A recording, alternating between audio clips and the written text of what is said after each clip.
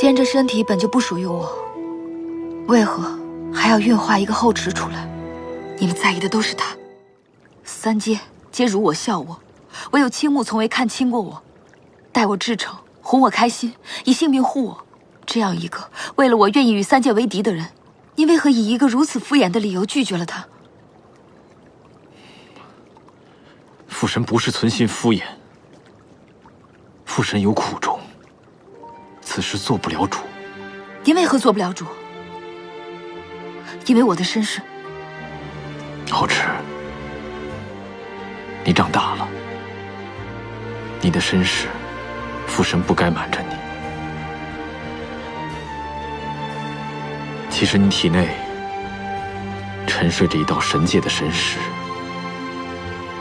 而你就是他。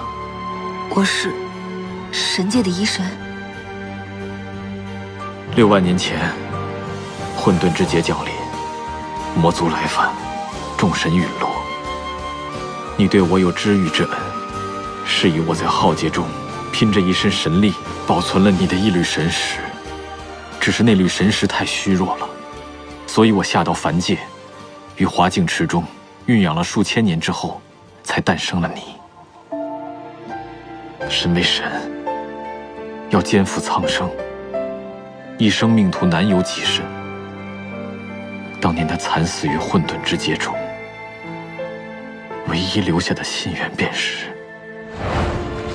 原来生不成神。若有来世，绝不成神。可就算他失去了记忆，也是这悠悠三界中最尊贵的存在。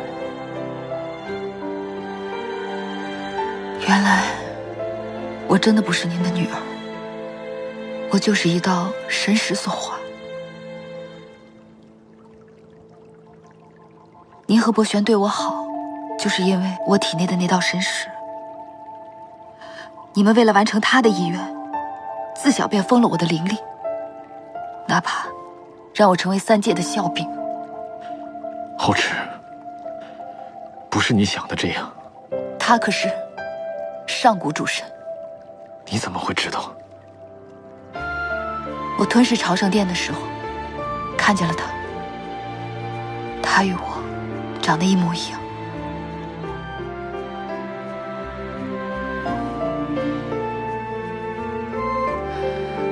父神，以前我只是认为我是为母所弃，但至少还有疼我爱我的父神和博玄。